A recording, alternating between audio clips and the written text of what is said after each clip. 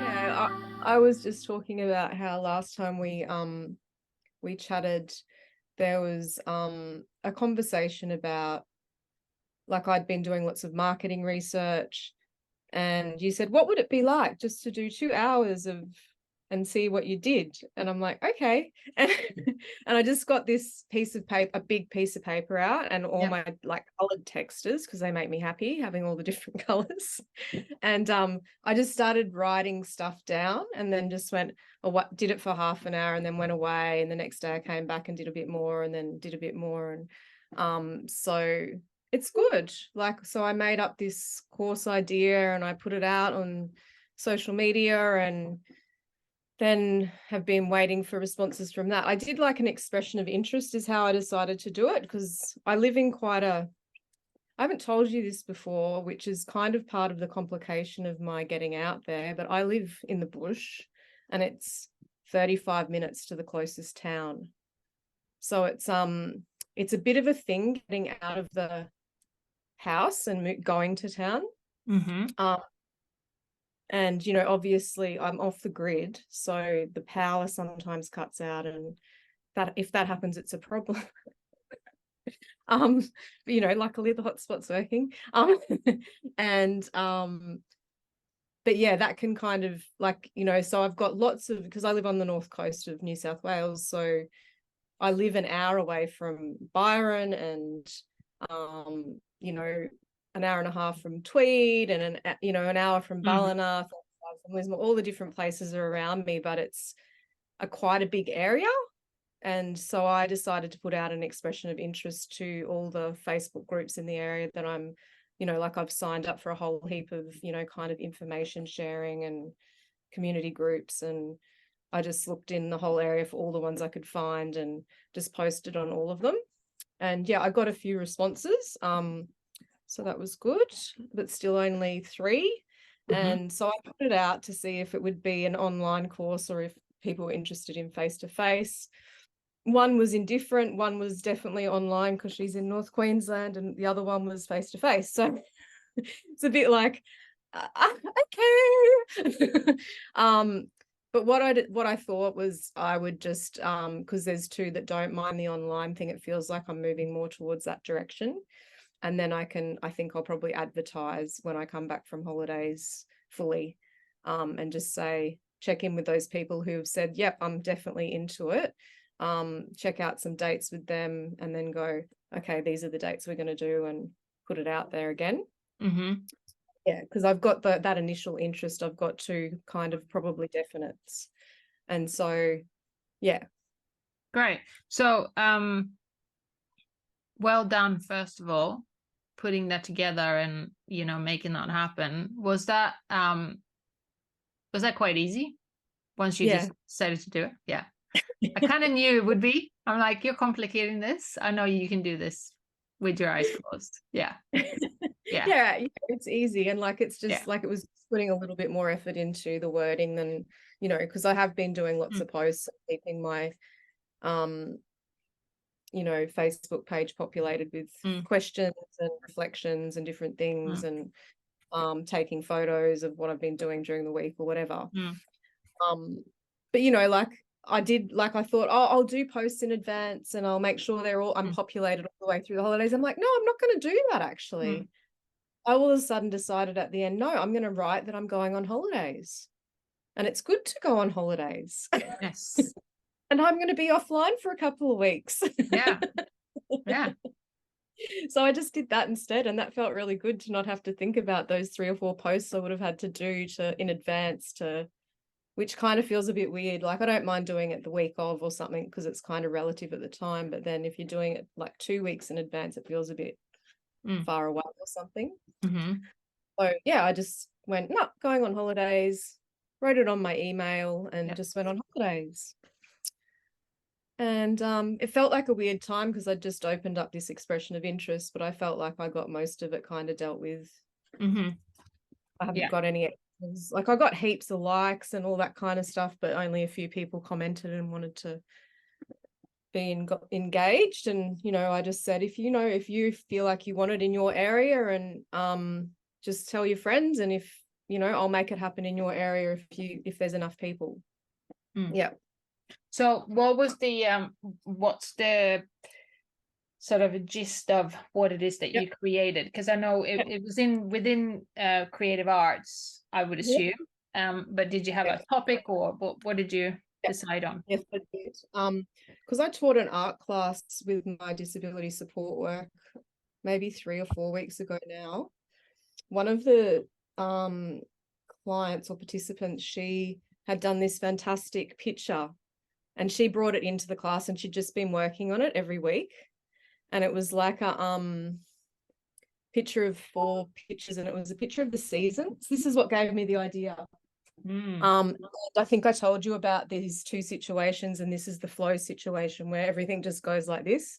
Like with this organization I got into, and then all of a sudden I'm doing the art practice, and it was fun. Yeah. And so she had this picture with the 4 seasons, and it was very basic, kind of childlike, but I thought I want to explore the 4 seasons of our life, and more like in an emotional way. Like, what does winter feel like? And so people would draw what winter is for them, or paint, or whatever. And then summer, spring. And so we'd do 1 a week for 4 weeks. And then it would be like I really like sharing circles, and maybe a meditation to go into it and just get them into the space, and that kind of thing. Yeah, so that's what I did, and just made a nice colorful poster on Canva, and that's the idea. Great. So it's exploring the seasons within yourself. Yeah. I called it the seasons of our life. Yeah. And then just went into what each season feels like for you. And it won't take me too much to facilitate that. Like, it won't be hard. Yeah. So it's the seasons of our lives, as in the stages of our life, or is the season as in the different emotional stages of our lives?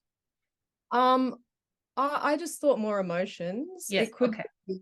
It could be, I think it's whatever comes up for each person, really. And I'm not going to structure too much what they're doing, but I just like, I guess the meditation would guide them into a certain feeling of what they were trying to do. And I'm really into just allowing, what comes out onto that piece of paper, or whatever they're doing, whatever art medium.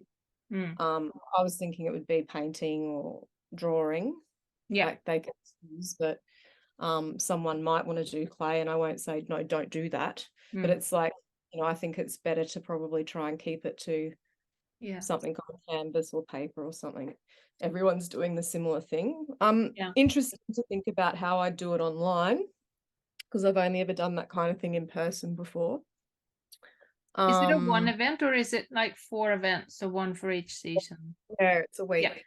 Like I started with once a fortnight, but I feel like I don't know, there's just the way that people can give time. I think it's going to be better once a week for 4 weeks. So I think I have to just listen to what people are saying, and then like I'm very like that. I just, okay, no, I can do it like this, so we'll do it that way instead.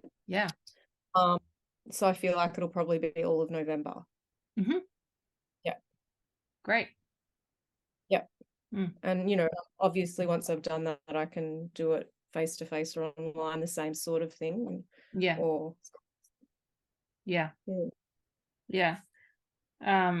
Absolutely. And like you said, you've pretty much decided on the online thing, so that's obviously, it's just a matter of working out, instructing them what to bring to the session and things like that, because obviously you can't bring it to them, they have to organize that themselves. But as long as they have a list of that,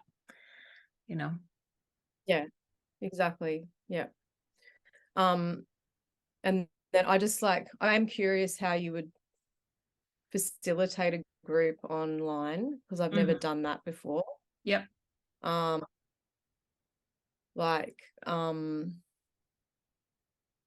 feel like it definitely would bring a different energy. Not necessarily. And like, I know it's not necessarily.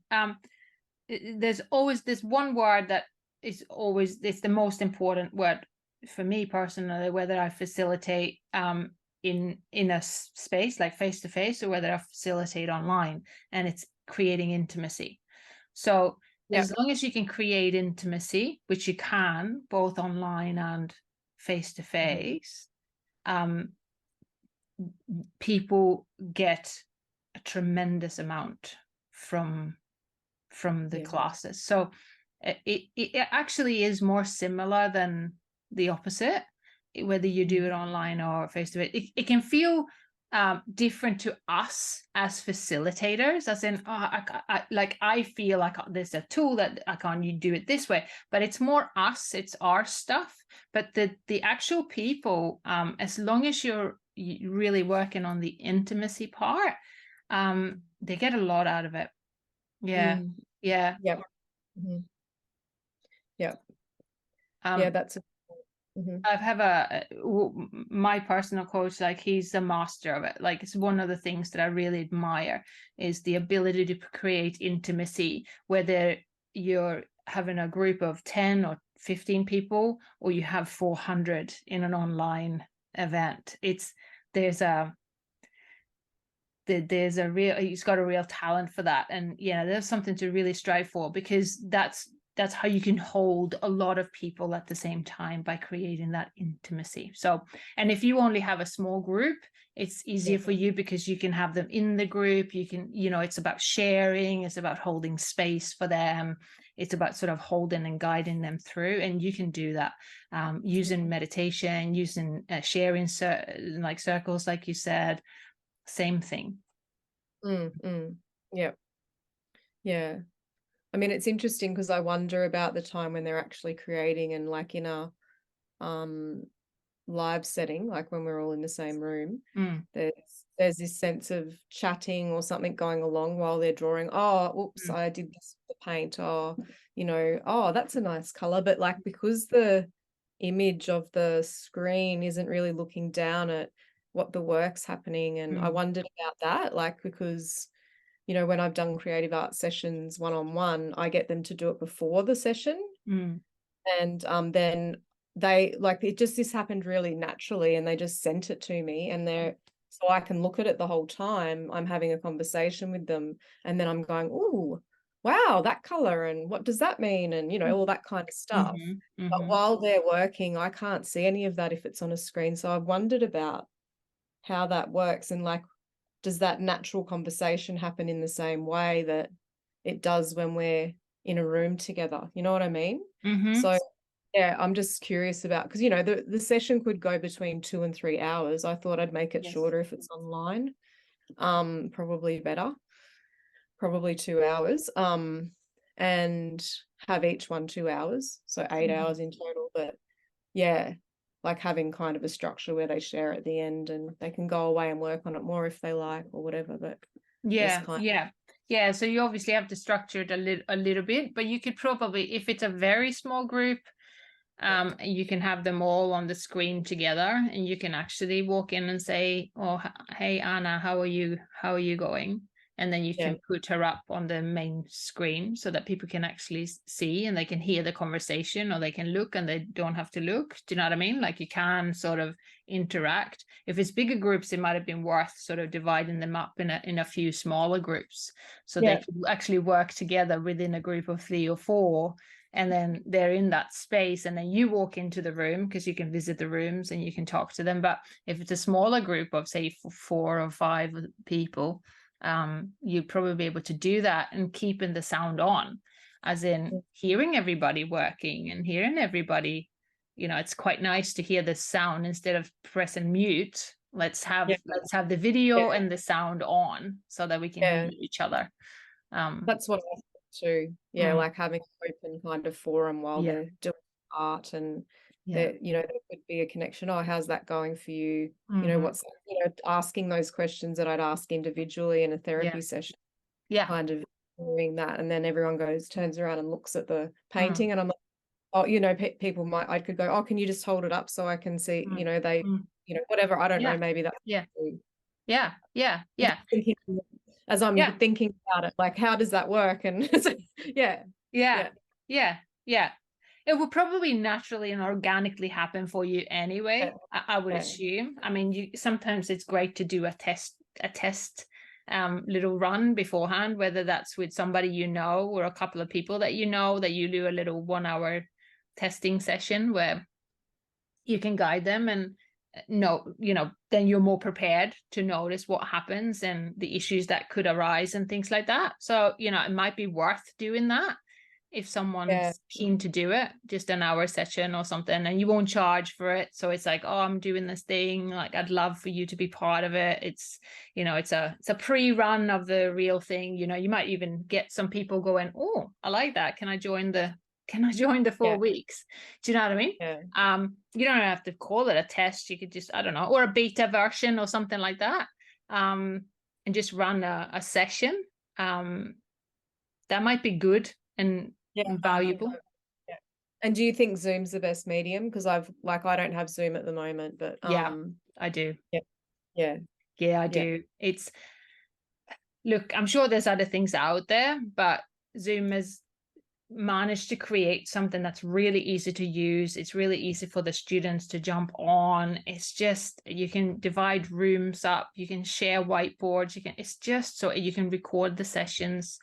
And obviously you can record those sessions where you can check in, but you could potentially record those sessions, save them in your own personal Dropbox, not to share with anybody else, but with your actual group. And once, say, I'm going to remove these in a month's time or whatever, and then they get to watch it. Some people like watching it again and stuff like that. But Zoom is great. It really is quite good for lots of reasons. Yeah, I got that feeling too. I just haven't taken the plunge. Yeah, it's worth it. It's worth it. Yeah, the free version is not, you won't be able to do it. But yeah, it's worth it. We use it a lot. And I use it with clients too. So yeah, we use it a lot. Yeah. Yeah, you can't do it in 40 minutes unless you pay for the paid version. Yeah. Right. Yeah. So then maybe a little beta version might be good for you to sort of test the waters and so that you feel maybe a bit more prepared because it's online. Might be something to look into. Yeah, no, that'd be good. Be fun too, like, because it's not like it's, in a way, it's not work because it's fun. It's fun for me. It's fun for me. Yeah. So you're planning to do this in November? Yeah, I think like I was going to start the end of October because my holidays kind of finish beginning of next week. And so I was just going to give that next week or two to prepare and then start at the end of October. But one of the participants says, oh, I'm just full all October. So I'm like, oh, okay, maybe I start in November or I'll just, I think so. I'm not 100% sure, but I think so. Yeah, I'll just check in with them again, like do a final, like, would it be good to do this day and this time and how would that be for you guys? And then like just kind of be quite directive after that. Yes. Because this expression of interest time for me was just to gain who is interested. And so I only got 3 people. But then I thought, oh, maybe I'll actually advertise. Like I might put a Facebook ad out or something and just give the times and dates and make it quite directive. Yeah. And then just see what comes of it. And, even if I just did 2 people, it's better to do 2 people than no people. And like for me, just working with people helps me to feel like I'm doing something because I get a bit crazy if I don't have any people contact with the business thing and you're just doing constant background stuff like marketing research or making up ideas, but you don't actually have the face-to-face, because that's why I chose to do holistic counselling and creative arts therapy, is because I wanted to work with people. Yes. Well, I'm not a market person, like I'm a people person, so it's like, that's what I do. So like even if I don't make a lot of money, like I know eventually that's something I have to do, but it's just all stepping stones to me to get to eventually hopefully more. Yes. And marketing and all that sort of stuff, I know that a lot of people feel it's something completely different to your normal work. including sales. Like it can feel like it's a bit different thing, but it's interesting to sort of play with the idea or try and connect the two worlds, because they're actually, it's all about connecting, really. Like marketing and sales is actually really about helping people. Like when I sell, I don't actually sell and go, oh, you buy this and it's this price. And it's not what we used to think of salespeople, that icky feeling of like being sold something that you don't want. Like you can actually, if you're wholeheartedly there for someone, and they probably contacted you because they're interested, all you're doing is talking about what you're doing and helping them as you're doing it. So it's, yeah, I'm curious what would happen if you would kind of look at what's similar about marketing and sales to counseling and supporting people in the one space. Well, I mean, the content that I'm putting out there is obviously the way I am as a counselor or person or meditation teacher or whatever I'm doing. It's kind of like I feel like that's the same. Like I'm putting out the same message, my ethos or what my beliefs are, or I don't know about beliefs, but I like to ask questions. I like to inquire into, like I often write posts that ask questions to just see if someone can just go, oh, I don't know, I wonder what that means. And and it gets them thinking, like having, and I know I kind of, because of my Buddhist practice, I've had lots of time thinking about what questions kind of take us into places that, maybe we're stuck or hidden, or, also wake us up. So they're the kind of questions I like asking, things that, I mean, I think what do you call them? Powerful questions, but for me, they're kind of, like you're trying to get into the inside of the wisdom of people's beings. So you kind of like, oh, what would happen if this, or what would, so I do that kind of stuff. But sometimes I share things that are just heartfelt at the time, but it's just showing a bit of who I am or something as well. And then sometimes I'll ask those questions, and sometimes I'll offer this is what I'm doing, isn't it exciting? And yeah, so I do a few different things, and I see them as just communication. Yes. Like I would communicate with anyone else, and they're the same. Yes. I think the difference is I don't get a lot of interaction with it. So there's not a lot of comments, or, it's like I'm having a one-sided conversation in a way. And yeah, I think I'd like more interaction. It would feel more like I was doing something if that interaction was coming through. Yes. There's a little, but it's not a lot, like. Yeah. Yeah. So I can tell you why you're not getting interaction. Yeah. And it's super simple. And it's the same for every single person. Yeah. You talk to lots of people. You're not talking to one person. So it's a funny thing, right? Because social media and all that, we think, oh, I'm doing marketing, I'm doing this, I'm sharing what I do, and I don't get interaction. Yeah, I know why. Because you're literally just talking to lots of people in a clump. You're not actually talking to one person. So sales, for example, is super hard on social media because you're talking to like an amount of people. You're not talking to one person. So, my question is always like, who do you know in your environment? Who do you know around you? Who do you know that's like, that would love to be part of what you're going to offer, so that you can speak to one person? Yeah. Instead of like this. I'm not saying don't market. I'm not saying don't share stuff on social media. I think it's great for the long tail of something, as in I share lots of things on social media, not to get traction and lots of likes, but just to kind of like you're sharing your message. But it's the long tail.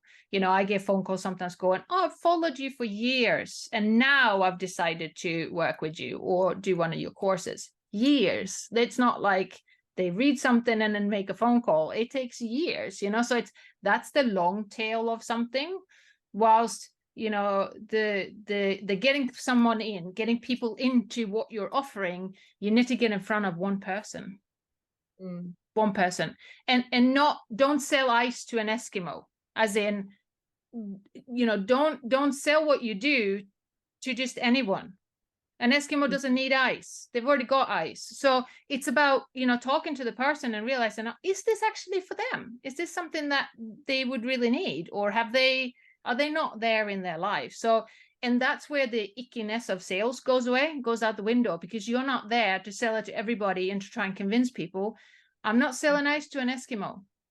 That's not what I do in sales. I figure out, could this potentially be something that they would love to do? Because we tend to believe that everybody needs our services or everybody would benefit, and they would, but they won't, because they're not there, and that's totally fine. So, you know, it's about who do I know that I would love to share this with, because I really think that they would love this. And get yourself in front of the one person, and don't even ask about it. Don't even check in on that first. Check in about other things, and then see if it's something that they would be interested in the future. Or sometimes it's awesome to call up and say, hey, Lucy, do you know what? I've got this thing going on. It's a 4-week long, and the first person I thought of was you. And if that's true, and if that's real, nothing more powerful than that.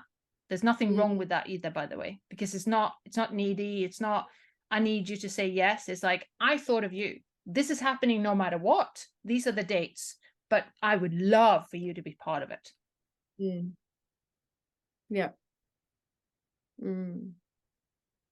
Yeah. Yeah, because it always feels that interaction when you have like a conversation, you know, like, because I said to people to just direct message me if they were interested, because, you know, like some of my friends would be interested.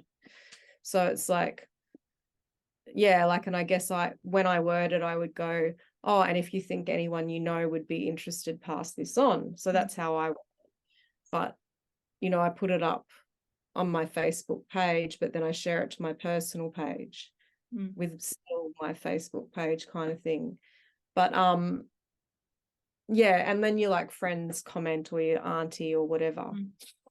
And they, oh, that's great, you're fantastic, you're doing great work, whatever. But it's not really, yeah, that's not, I guess, like they're not asking questions or wanting to know more about it. And so, yeah, the direct messages are when I get into a conversation about what is actually what's happening and what I'm thinking. And, you know, this is, you know, like I become quite flexible and talking to them about what they like and what, you know, like there's kind of like a co-created thing going on, but at the same time it's my idea and I have an idea of how I want it to be, but there's kind of a flexibility in it, if that makes sense. That's how I work. But yeah, and I always feel better having those one-on-one conversations than, you know, say, you know, just the comments below, someone says something and you're like, oh yeah, thanks, cool, right.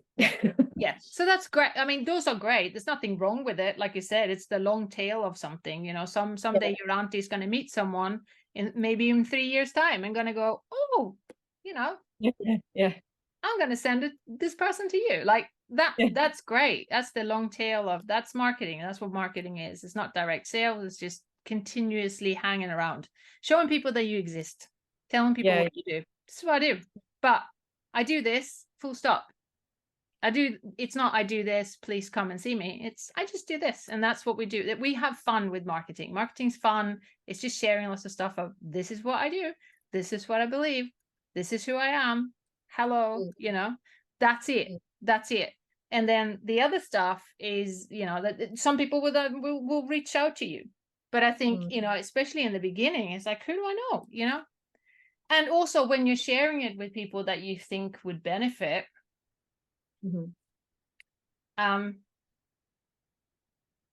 like I love the idea of being open about lots of things, but there's also there's power in being in a place where you know that this is happening, no matter if the person in front of you signs up or not. and Yeah. you're excited about it. It's like, Yeah. this is happening and I can't wait to do it. And these are the dates. And I'd love for you to join us. And if you don't join us, that's cool. But this is what we're doing. It creates there's an energy around that. There's a bubbling sort of real, like, it's really enticing and attractive to feel that energy off of someone. So just checking in with you. Okay, how do I feel about these 4 weeks? Where am I at? Because and it's okay to be in the place of, I'm testing the waters a little bit, I'm not quite sure. That's okay. I'm just kind of challenging you a little bit to go, okay, have I decided that this is happening? And these are my dates. And this is how much it costs. And this is what we're doing. This is where we're meeting. This is where it's happening. And I'm going to launch it, and I'm going to do it. And I feel excited about it. Yeah. Yeah. Like the idea was so easy and such a flow. Like it kind of came up like this thought bubble. Oh, that's been sitting there the whole time. Okay, let's do that. It literally just happened like that. Yeah. And it was like, fantastic, that's great. And then I just like started creating this thing, and the idea, I was excited, and I decided to do the expression of interest, and then I'm like, no, that's just for information, so I can actually set up something in the end. Yes. So I do plan on following through, and whether it's 2 people or 5 or 10 or 15, whatever it is, I do plan on following it through. The dates aren't certain to me. And I do feel excited, and I would also feel scared, but that's okay. Because even though I'm scared, I know that I've been scared so many times before, and that doesn't matter. That's just like it matters. Like, it's good to feel into that and go, that's there. But at the same time, it doesn't, like, it's not really a thing that's stopped me in the past from doing what I want to do. No. I don't believe in that being the ruler of what I do and don't do. It's not been, I've just never, I don't know, maybe I have done it before, but it's not regular for me to listen to that fear and just not do something because of it. No. It's more like I'm a bit of a step through it and just get on with it kind of attitude towards that. Because it's just like, that's just trying, in a way that could just stop you, and you just don't do anything because you're scared about everything. And like, how much fun would you have if you just listened to every fear you ever had? Well, scared is just focus, unless you decided to take over your life and literally take over your body. Scared is not bad. Scared is actually good. Yeah. Scared means that you're going beyond what you're comfortable in doing, and it actually helps you to focus. So it's a good thing that you feel a bit scared, because if you weren't scared, you feel blasé about it and you wouldn't really care so much. But the fact that you're scared means that you care. So fear is good because it's an indicator that you're actually doing something that's right. Unless you're like so scared that you can't move, freeze mode, that's different. But this is like a little bit scared, it's good. Yeah. And I just know that I've been like that before, and when I've started things, and I can get through it, and I end up being okay, even though that happens just about every new thing I try. It's like, oh, well, that's okay. There's fear there. That's fine. It'll change. I'll be happy. It'll be okay. Yeah. Exactly. Yeah. So yeah, that's kind of where I'm at with it all, I think. And I think it will come into place when I come back from the holidays. It'll become clearer. Yes. I'm going on a retreat, so I think things will become clearer and clearer, having that quiet time as well. Because it's been busy and frenetic the last part of the holiday. Now this part of the holidays, nice. Quiet. Yeah. Into the void. Yeah. Into the void, the water. I'll be near water, nature, other meditators, people who like the same things as me. Yeah. Yes. Yeah, it'll be good. Yeah.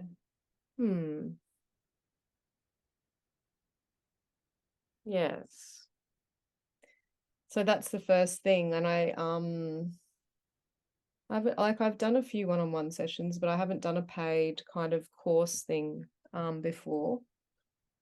Like I've done free ones. So it's, for me, it's not any different in a way. It's just like I'm still doing the same thing. There's just money involved. And that's, you know, it's still me offering what I offer, and I'm going to do it no matter how much it costs. I'm going to still offer what I have to the best that I can. So, yeah. Does Yeah. that feel like a big thing for you? The money part of it? No. No, I think it's a good price, what I'm saying, that I've decided. And, you know, like I've made it cheaper if it was online. And then if people wanted to come to a face-to-face, it was a bit more expensive because there's obvious cost involved with hiring a hall or whatever, and materials and stuff like that.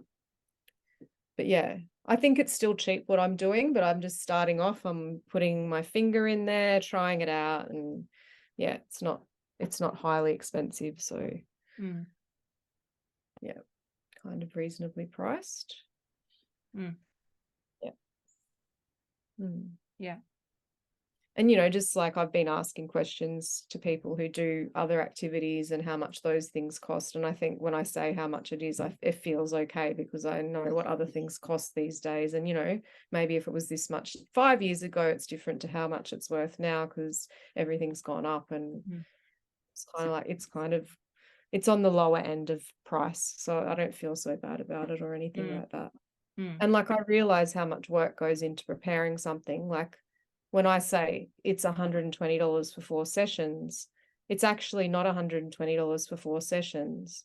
It's $120 for 4 sessions, the hours and hours of preparation time and all of the things that I've done that have created it in the first place, all the communication I'm having. Like it's not for that, you know, just that. It's like there's all this other stuff that goes on in the background. Yeah. Absolutely. Yeah. So I'm aware of all that. So that I don't feel like, oh, that's too much. Yeah. Yeah. So who's your like, who would you love to have in that room? I would love to have my sister in that room, and I've been hinting to her nonstop. But she's just in this space where she's kind of got a blockage, and I just think it would be so good for her. And my Hinted, or sister, have you told her? Like, have you oh, hinted? maybe I just need to tell her. I think you should do it, Katie. Yeah. I just think it would be so good for her. And Katie, my sister's got another friend that I think it would be really good for her as well. I know my friends, they're not really like that. Like they're like, I kind of go, no, they're not the right people for it or something. They do their own things, and this isn't, you know, maybe one of them. But I think there's a whole heap of people I know, kind of know, that I go, oh, they could really like this, but I don't really know them well enough to say, hey, this is.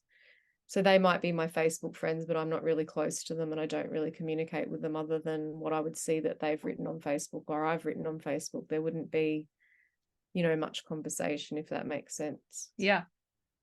So, but like I wouldn't hesitate in saying to someone that I bumped into, oh, I'm doing this thing. It doesn't bother me to talk about it, or you know, I get excited about things that I'm doing. So yeah. So here's a thought. How about you'd have an offer in where you'd have a 2-for-1 price? It might be a little bit more price so that it's a little bit more per head, but the idea of encouraging somebody, like you just spoke about your sister that's got a friend. I don't know how close away her friend lives, right? But imagine if they would live in the same area, they could actually meet and face to face be in the same room with you on Zoom. Yeah. Yeah, they do live like an hour apart from each other, but you know, there's no reason why they both couldn't join from Zoom from their various different places. Yeah. And even sometimes you might have people that live very close, or you might have, I don't know if it's just for women, but you might have couples that wants to do it. You might have close friends that live Yeah. nearby that wants to do it, and they might feel daunted to do it on their own. It's like you can come on your own and it's this Yeah. far, or you can come and you can bring a friend, and this is because for you, Yeah. it won't cost you any more because you've got an online space, right? So you can hold more people. So for you, it's just kind of it's a bonus because there's more people in the room. Yeah. Yeah. Yeah. You get more practice. I just thought like, because I've already put the price out because that was Mhm. part of what I put out in the first place at the EIO. This is what it's going to cost. I'm in the Northern Rivers. I'm open to doing it Mhm. somewhere, whatever happens kind of thing. Like it wasn't too nebulous, but it was kind of succinct at the same time as being a little bit open. But there was a definite theme. I explained the theme a bit and yeah, so I think I'd probably go, invite a friend along for half price or something like that because Yeah. it's, it is cheap. So it's like, like that would be a Mhm. thing to do. Yeah, Yeah, yeah, I think that's not exactly. a bad idea. Yeah. Yeah, Half price, whatever yeah, it is, whatever it looks like to you, but the encouragement of bringing in another person, yeah, doing it yeah, together, yeah, camaraderie, connection. You can come up and even say, if the person lives close, you can be in the same room together and join Zoom together. Or if you live separate, you'll meet on yeah, Zoom. It's like it creates another atmosphere, it creates another form of camaraderie. You actually get the physical face-to-face sometimes as well, because some people would choose to do it in pairs. yeah, Opens up to more people yeah, maybe wanting to join. yeah. Yeah, I wrote when I did the one through my volunteering job that I created the course last time, and two friends came. She messaged me on the day before and said, "Oh, can I bring my friend?" I'm like, "Yeah, sure, bring her along." But what I found with those two is they talked a lot, and then the other two people didn't talk very much. So that was a bit of an interesting dynamic. And like Okay.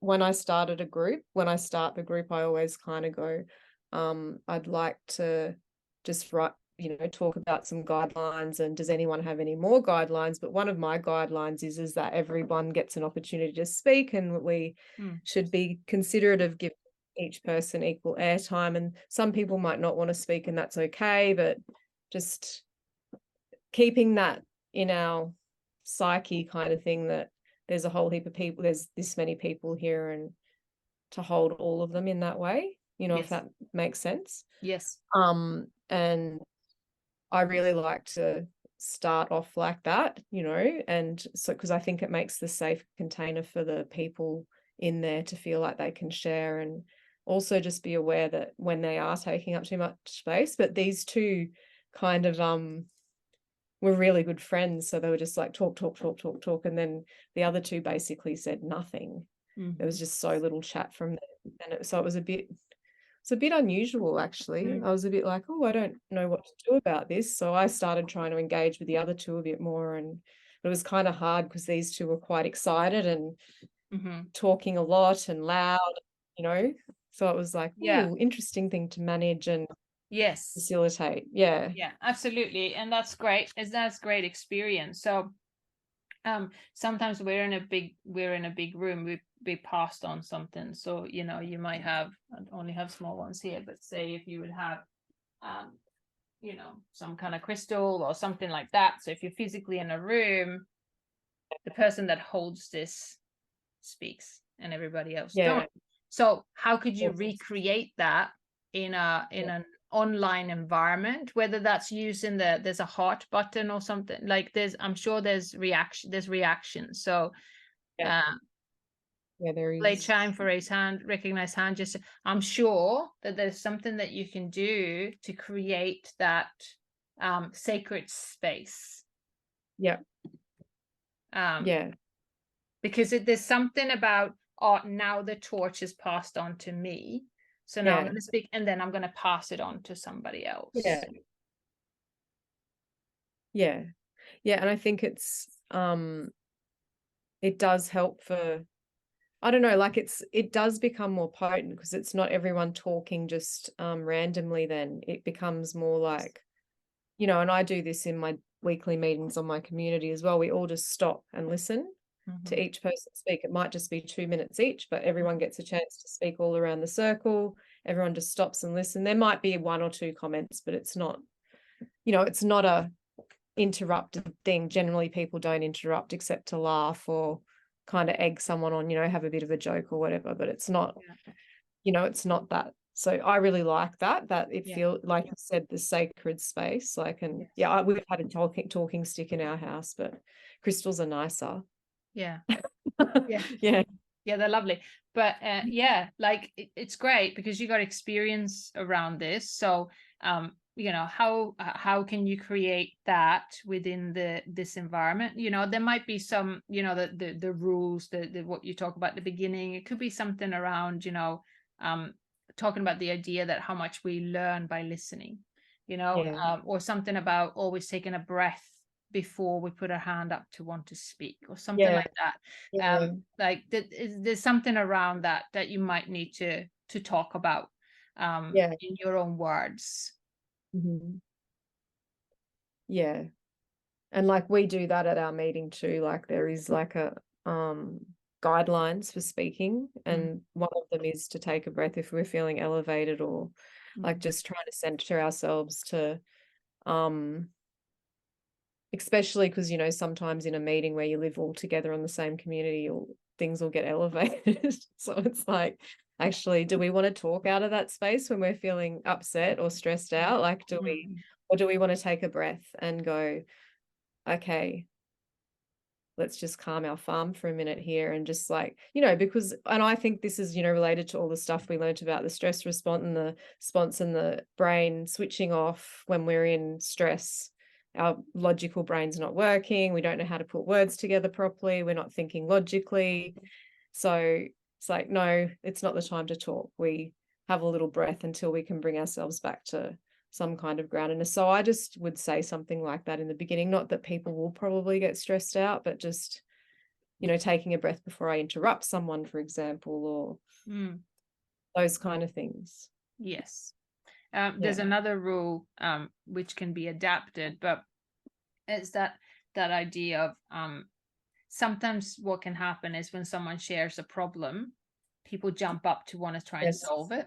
It's like, oh, I've got the answer for this. And it's like, you know, this quite nice to have a talk around, you know, why we're there. We're there for ourselves. You know, it's around coaching others. It's like whatever we're hearing in other people is actually not about them, it's about us. So when I'm triggered to speak because I want to solve someone's problem, I need to check in with myself to see what problem it is I'm looking to solve for me. You know, because again, that's normally another, because even the most timid people can get really verbal in this environment because they feel like, oh my gosh, there's space for me, you know, I can speak, and I haven't been able to do this for a long time. So, but the good thing is, I mean, you've got so much experience in this world with holding space for people. So I think it's just a matter of just sitting down, you know, getting clear on those things, figuring out what to use as a little talking stick, however to do that online. You can do that creatively, figure that out. Well, what you can do. I'm sure there's something you can do. You know, you can even ask them to bring like something odd onto the session. It's like everybody needs to bring a rock. Put it up into their screen when they everybody needs to bring a rock, and they'll be going, why the hell do I need to bring a rock, or some whatever? And it's like, oh, actually this is what it's for, or something like that. Something came up for me when you were talking before as well, like the group that I held, and the same two that were talking a lot and were friends, and one of them wasn't so happy with what she was doing, and she was starting to express that, and the other one started to start giving her advice about, and I'm just like, hey, you know, so it was like, I did say at the beginning, when you're doing your picture, this is not about making a perfect picture. It's not about being the perfect artist. This is about an expression of yourself. Like it doesn't have to be perfect. Like that's just a voice in your head saying this is not perfect. If you get into the experience, you will enjoy the experience of creating or whatever the emotion arises with it. And that's what we're interested in. So, but this other one was like trying to analyze the colors, and I'm like, ooh, what do I do here? Because I'm like, so what I did was I just kind of went, oh, well, you know, so and so can only be the only person who can interpret her own drawing. Like we can't interpret another person's drawing. You know, that color means something to her. It might mean something different to us. And so we can't actually analyze another person's picture. Yes. We can just ask questions about what those colors means and what that symbol means, or what that person means if they draw that sun or whatever it is, but we can't actually figure out what it is.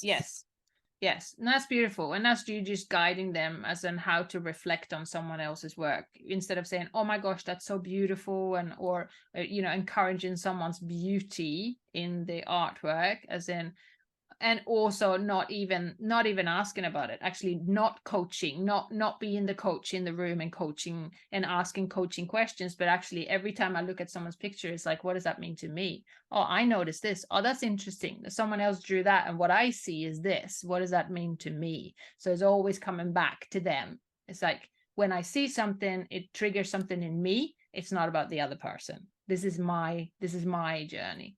So yeah, you've got it. Yeah.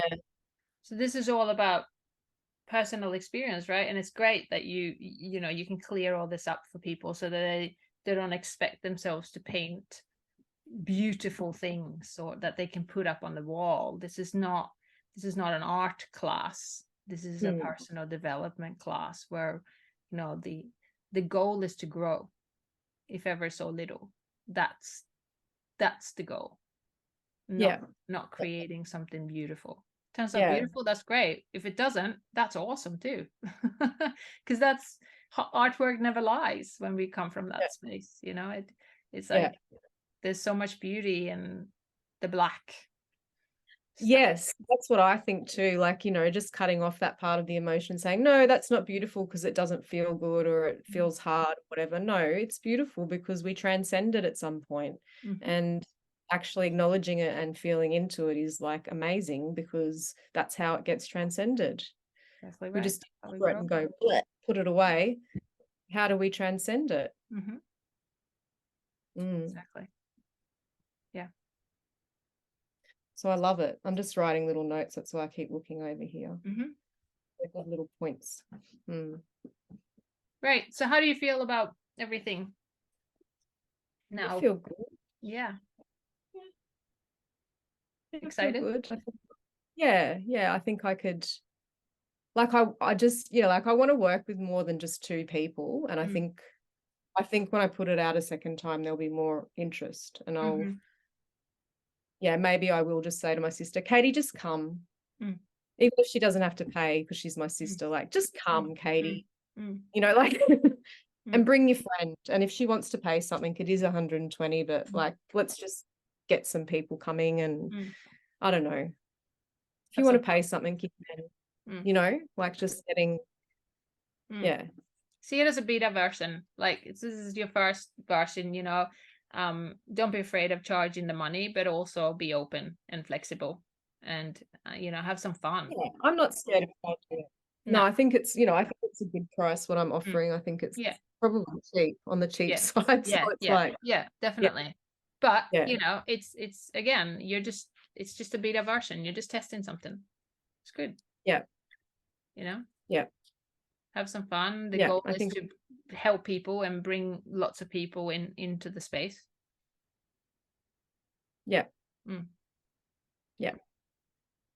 Indeed. Beautiful. Thank you. Thank you.